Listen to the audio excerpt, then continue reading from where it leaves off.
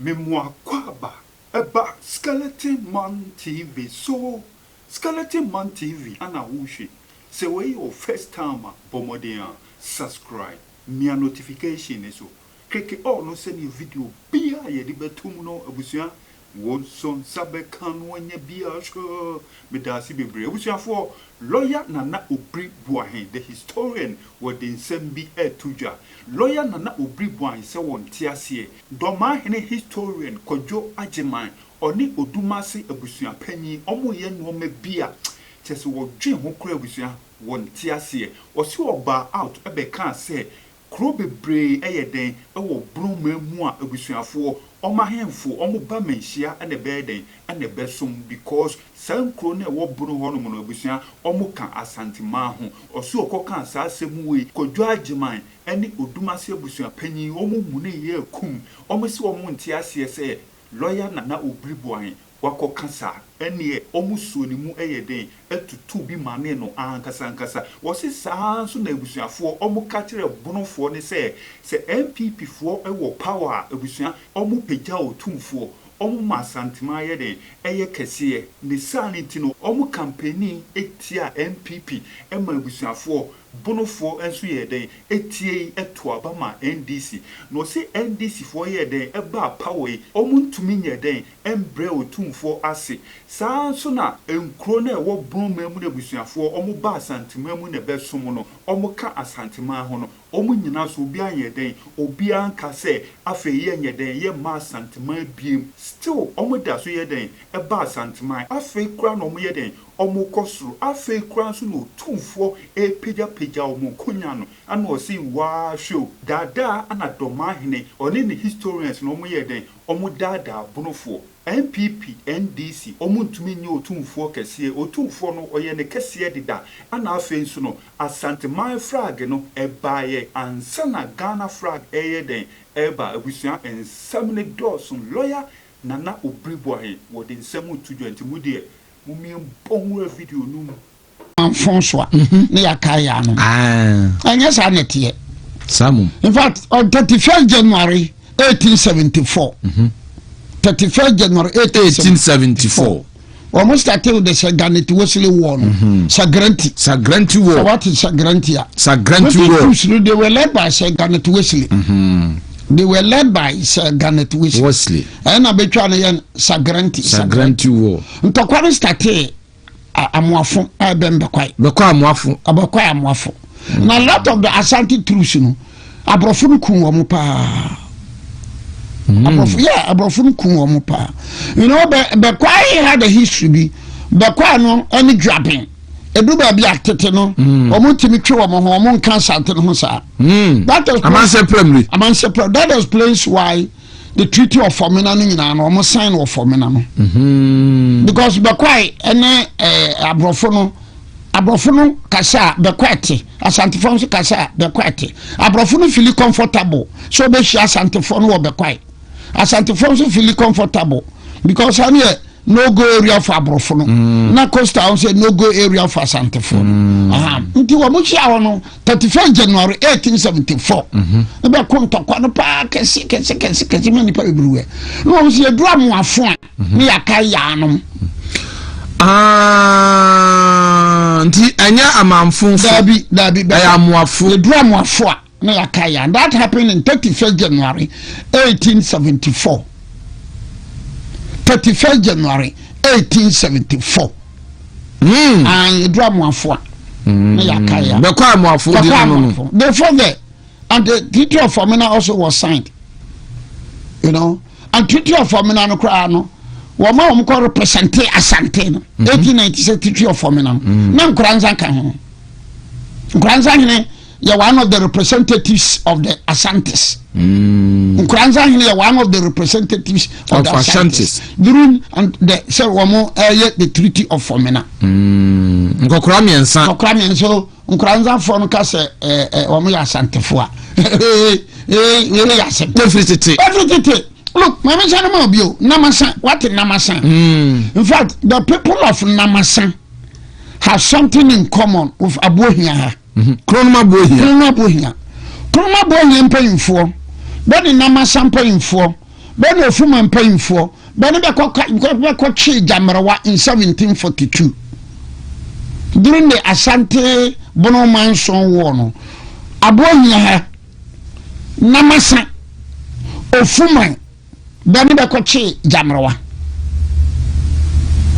So Namasa has long been an Asante 1742 Namasa Babana papa Namasa Namasa for the near ifo Chaka Abohia Nobody ofuma so Bani Bakoche Jamrawa nobody Jamrawa Baha 1742 Jamrawa no muhiada no muhiada amoya only siba yida kurotini sika sikakoko puma Adi Baribayire. Very rich, Bonomanson. Very, very rich. Etina Bakosano, Kakra, and the Mediacasi. Emudopa. Emudopa. Naja. La lastly, Yamfo. Yamfo, Hinibisu Sayan and saying, and Cheratran Kunyanibia. Yamfo, Bibi Southern Yamfo for me, A4, Eastern region, Kukurantumi. Omfru kukurantumi no mbeswa Asante hene ne be pe baabi aye ha na Asante hene ma be ko kire be ho afo ho na ho no be kwa betimi yamfo am kuma afo no pa be yambe bitim ko be de du bara ha de timi yamfo ye yamfo na ma be frewe yamfo sunyane. So young for I have forgot be part of Asante man. Will be problem is it? Will be problem pan and say. Make me think and say unim Orobi Kwabanajaman answer Kwajajaman or historian or Taba on a Goslov or Dumase or the Yabusia Penny. But any opportunity number Kababa Kosemo, then Kababa Kosemo. Ben your opportunity now, Ben you bribuatam, never cassette Asante for. But ben your opportunity now. Goslav Yamu Mokin, Moroye Abusia Penny, mean Dumase number one, meaning so Abusia Penny. Meaning so Abusia Penny. Who can argument is what Dumase, what Dumase number one. What ben Udaso? Besia, and a bribuahi, and a fear prey, and a yabon fasam, can be no fear prey. And to where are there some other BBC money so no moody matter? Mammy Chum, if you don't answer number one.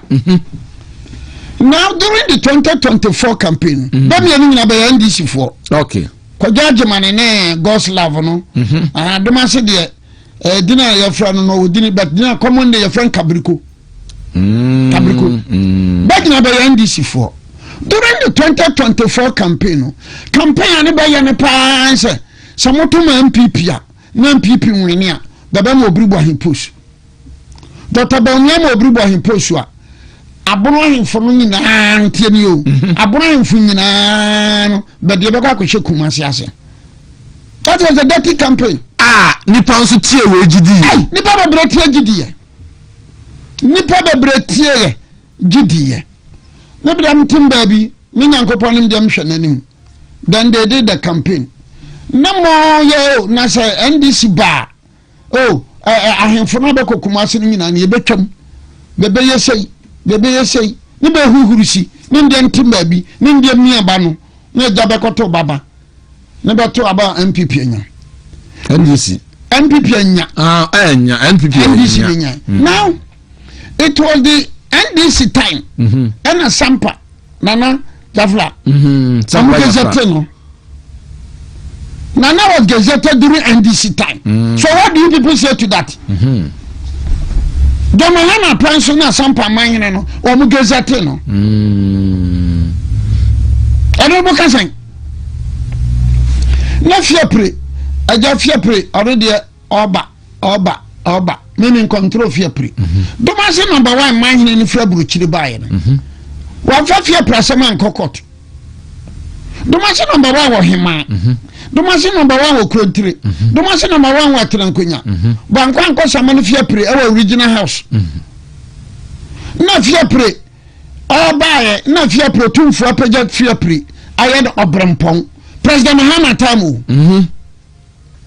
ɛno so obiribu ahia ɛgya bibisa wonim ho hwee ɛna ho hwɛ fia prada yɛ brɛmpɔn di baby NDC stronghold pa di baby 2025 di baby so abɛyɛ brɛmpɔn NDC aban na ɛwɔ power ɛno so ne ba fɛre ne bɛte region num ne ba fɛre ne bɛ hu ne ɛbɛka ne da bia na obiribu ahia na obiribu ahia na no flag ya asɛm ya abaya mkoka bia ene ko judgment na we mkwam it was the president of the Bono Regional House of Chiefs and Minister for Chieftaincy and Local Government in Congo no complain say President Mahama ba and GJ no wamode flag omuhim flag that of course na Asante flag na say banhwe anya no sa Then he also went on to say, police force so that thing call police headquarters na okay guard of honor no can FMB friend me na say oh guard of honor there in fact in 2023 Santana called Trinidad and Tobago woman guard of honor in fact in the 1960s Asante ahemfo no bebre ya mom guard of honor Gamanche echo barracks in Crane. They wanted a guard of honor for him. But what in the nature Nasa Asante Freddy Akweside and it's meant for Asante money. And therefore fear pre baby, the baby, Japokrom baby, Sampa baby, Sekwa a baby, Bana a baby, Menje a baby, Menje a baby. What I said, Domasi number 2, Ebaye, Birokum, Ebaye, Ukranza, Ebaye, Ofumai, Ebaye, Trobodom, Ebaye, Tanabuase, Ebaye, Tanosubai, Nebaba Basantamane, Nebo him the flag. Now, what is wrong about that? Because in 2024, the Bono champion, we should have a flag. Yellow, white, and then yellow, white, and then something. No, I'm there dinkra atum. Bono champion flag 2024. Now, the minister for local government, no, wa basunyane. Na the Bono ahemfo no moshia. No man ko him sa flag no. Na se man panyini Mahama abaha. Na be him asate for flag na. Boni ba na ewo mu a ne so bi kire mu a menya asem. And remember that the Asante flag was made in 1931. 1931. Ghana the two Asante flag. I said Ghana, not Ghana cry. Ghana Asante flag 1931. Green, black, yellow. We patuntum black no. Out in the quiet green. And quiet not in Sikako kwa. Even Asante flag no. Ni patuntum black not in the quiet green na sase not so no esika kokko nko a na yellow no the crest na go say to free then chambo adam ba flag by 1931 ba him ba flag ida bia ba him wa mu him na so wa mu flaga na so him a aja menya asem oh Gonja for flag. Ghana buy any Gonja for flag wo ho. Ghana be two Gonja flag. Mon prison for flag ayasuno. Ghana be two mon prison flag. Ghana be two Dagomba flag. Ghana be two Menumba flag. Ghana be two Wala. Ghana be two Frafra. Ghana be two Sisala. Ghana be two Ahanta. Ghana be two Mfante. Ghana be two Anwolo. Ghana be two Nkran. Enti Asante na etime projecting the no. What project and with the population no so no doso. Enti be him go to America. I am telling you go to America because America fear bebre ho American flag is so Asante flag is so. Just Asante ni ho. Go to Berlin. Esi go there. Ko se si akọ. Ko Berlin ebi ho se si America chiru. Ko Paris ebi ho ma hu bebre. They are projecting their tradition, they are projecting their culture. Bring champion flag here, me makasabi. That in crank bro, I did effect. Na mo himwa. Na santifo be himwa. Be no bribo ene debi no gabi ma santifo no ngabi maye. Flag him so no me nka say himu flag. Kwasi da ba na ha se beboyi. Park no so kohwe. Be flag no kwasi da. Park so kohwe. No, sometimes the Ashantis behave like the Catalonians in Spain. Pep Guardiola of Man City, Upapo Spain national anthem, no one emotional. Now, but the Catalans national anthem. Upa Catalans national anthem, they are proud of it. Yes. So, being Kobia said, Dobia me bachira, Amanya Sam Bachira Bakosam, me for being too solo. I'm for being too firm. I respect everybody. Which them said yes it here. Say where the education. Education. No be one a Santa flag here. No the asinika mua. No kwa na ya papa ehimwa. Better to break. Oh. Because you gossip. What you mean papa ne? Foko. Ben him papa what you mama dianu ehimwa. So be arobi. This year. Omo ya Kobana, omo no US. Kobana no say a community of Bron and a half full omo ye. They are doing it in America. When you say media network for the past about 10 years beyond framing. We so mean can't say beyond frame. Men kai be some friend am baby. But you will be surprised to know say 2025 year we Asante year in October or Canada. The Africans as a lawyer. 2026. 2026. Lawyer, your person here one of our guest speakers. Namso next week with the Muyabama. As at the 4 year before New Jersey. Omo Ayinabaha president Nawaba. He's supposed to meet me next week. Okay. For my response. If I know I got to about headquarters. Asatifo in Europe, womo ye nfiem no bia no. Womo ye no wo Austria. On say ye share where the invitation ye ready at be ma. Asatifo in Europe. Na ametemba minute bi dia bara memra. Memra ba chire dia woni. Cheche ni minima. Na unko. Na ko jage mane ne e kabiriko mu da mo kamasem. Maybe in front but you see, they are poisoning a lot of people. They created the impression in the Buru region, and the Buru is say, NDC bar, NPP bar, NDC bar. They make sure say, Ofumai, Tobodam, Tanabuase, Tanoso, Unkuranza, Birokum, Benina Mahabio. That was the impression they created. And this boy could fear pretty baby cry, Docosro. And the more will be elevated. But I make us say propaganda and political parties be used to during elections. Now, do you need Utuba say being Casa MPP Mrana and this Simra and Sana Chima Boaka and Achima Boka? And this Simra and MPP Mra and Sana Gonja and Gunja. And this Simra na MPP Mra and Sana Dagomba and Dagomba and Sana Frafra and Sana Sisala and Sana Wala and Sana Dagati and Sana Guruma and Sana Biboma and Sana Konkoma. They don't depend upon political parties. But Modia, my woman can say, Modia party way back and I no Modia to them among 14. Look as I want to about you know, there's a case be.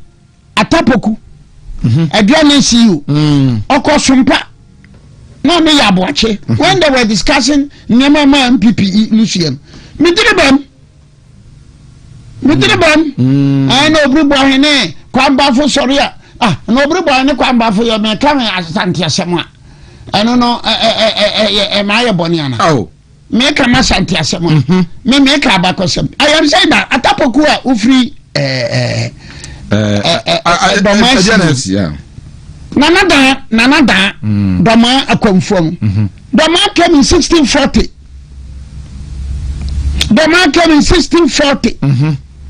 Bompata Utie. Santia Chimbompata. Santia Chimbompata. First chief no Nana Kase Ahin from 1550 to 1560. From 1550 to 1560. Bompata ene Kumawu. Abrewa ba kwa Amakunadu. Amakunadu asefo no Kumawu ene Bompata. Amakunadu awontaafo atapani nase ne Kumawu akonya. Atakuma nase ne Bompata akonya. Bana na ba akon nase Kumawu ni Asante Achimbompata wonu nyina bana na ba akon befria asumeja ha kokofosunya ne ba asunya ne be kotena adanse ne ba ni na Musa na ayi design Bompata Bompata kura Kumawu anyini che no Bompata Kumawu anyini che no mre 1550 to 1560 first chief Akasahi 1550 to 1560 Dama Nanada Kumawu 1640 so you see the fifth Bompata hene the fifth Bompata hene ne transo na dance for Doma 1640 Bompata hene atosu nu na Doma first chief Eba they broke away from Akwamu. This is how fast one who nim chairman. I throw challenge to you. Man where you from Ghana. Wow do ni ma bakosa mi channel. Me throw challenge to you. Bra, better na ha. Musia, me pehu, me kenkari. Enti say, mo kwatena ono mo kana se bia mkoka. Mini nti asa tapoku. Wo ba de sumwo be ba me say. Me ne one yaboache. Baba kwatena sompa. Tadie mejiri se ebia na niema bi na wanti ase no kra no no madamfo but he was trying to make a point Minka Santiano David he was trying to make a point no so no e crashing yes enti ono ya crashing mapa no na ono okan na kire se ni amanfo eti omugidi na ono ata no orule the amanfo mo kan ayo atano Minka Santia tapu David he's a friend I will not talk but you just on ya aboachi kwatena sompa no na beka no ye na amanfo eka no ata orule that information okay yeah so I made it say atay eniama ne bo abenti ase nada Akwamu na be betena 1640 Bompata ina tosum Bompata ina toson konon ana santemane bae Bompata ina toson konon sansa konon na santemane bae ne Bompata kura Kumawu anyimi chenu nti Bompata ina toso konon na Kumawu de na chepa papa wati na mechiri aya ba ko so timbatran ka se asumija ne ye bia na nyina piesia ma woni matem asumija ne ye bia na nyina no ba piesie adua na piesie ba be na nanu ba na kana mane ejatiana no ba piesie ne asumija nti asumija de ba ya che. When I say this hard fast history about Kosam, me too many machiro, see the machiro. Every time better na masa, any abuhia, any of my. But the Kochi Jamrawa wo, better for Jamrawa war, better for no, Asante Bonomanson war, better for no Pokuare. What the Kochi in the bay? Now go to the say, Menje, and I menje, the Beko Mame Brabo, ne manje. What catch it all? That is palpable falsehood. Menje number baba because see insuman kwa hene so. Menje because see insuman kwa hene so. Ma yake sama menje high cost nyane. Eja no man ba cut off a pay. Ma yake sama menje Israel has a fisher no buy. But they have a strong alliance with the Asantes. So Menjeri Namasa Benina Buru Regina. Naba Begasa Benya Santi or Keka. Where's your bufu? obi problem no say so on tiasia no apasia wa ba ne historians no ya kire na ba ga say manje ne ba ma me brabo no ba manye wana ka kire diri manje no tiasia wana ka kire ntini be ba sante a be beduru be konsuma nkwa ho ere ntini be beduru a be konsuma nkwa ho ansa na de baba manhia na ba ma me brabo na manye na etwa sante hini bi ntwa ne hwera na sante hini twera hwera etare me at the time Obriyabua and the Doma people fought at Suntereso. There was no Asante.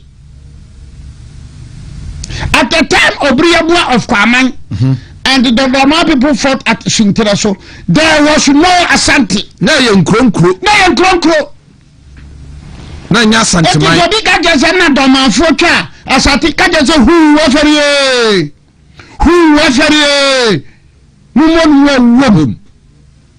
What the start history? You don't want to be realistic. No more so no more kikabom, no more kabom. Anything I'm going start history now, and you're consistent and coherent. No, anything I'm going to make him flag. No, because we should bronze champion flag representing the whole bono. We should bronze champion flag representing the whole bono is. Consensus you. Yeah, pockets be woman can be. Mamma, I mean,